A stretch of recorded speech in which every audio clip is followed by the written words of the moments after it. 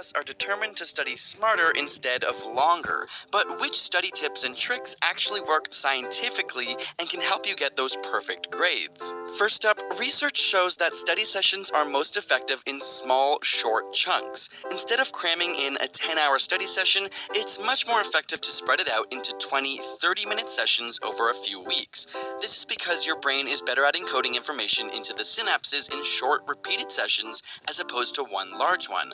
And this is why even learning different skills, whether it's swimming, tennis, or a singing lesson, often follows this same format. And while cramming and pulling all-nighters may be a ritual, it turns out that this is linked to the lowest grades. After prolonged nocturnal study sessions, reasoning and memory may be negatively affected for up to 4 whole days.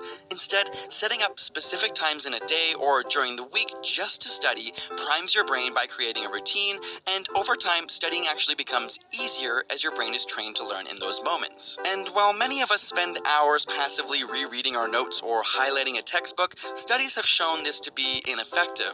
It doesn't improve your understanding of topics, nor does it link key concepts together. It can even be detrimental as it draws your attention to less important information. Flashcards, on the other hand, are proven to be excellent memory reinforcement tools, whether during your scheduled study times or during off times like a bus ride home. It also helps to have a specific goal for each study session.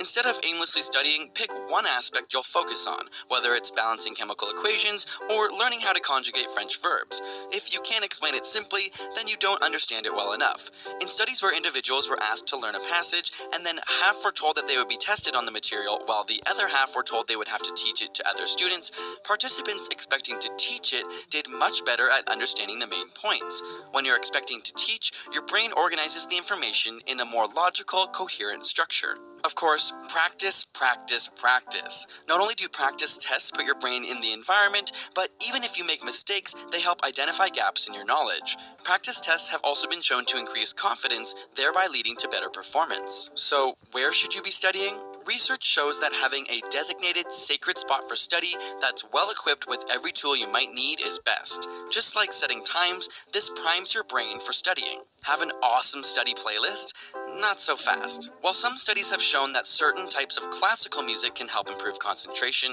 a recent study has shown that learning with rhythmic background noise can be detrimental to focus, and those not using music fared much better. And if you haven't already, put away your phone. This is a no-brainer, but your texts and social media notifications severely decrease concentration. Of course, exams can be extremely stressful, so if you want some tips on how to deal with exam anxiety, check out our ASAP Thought video, which breaks down some tips for that. Link in the description.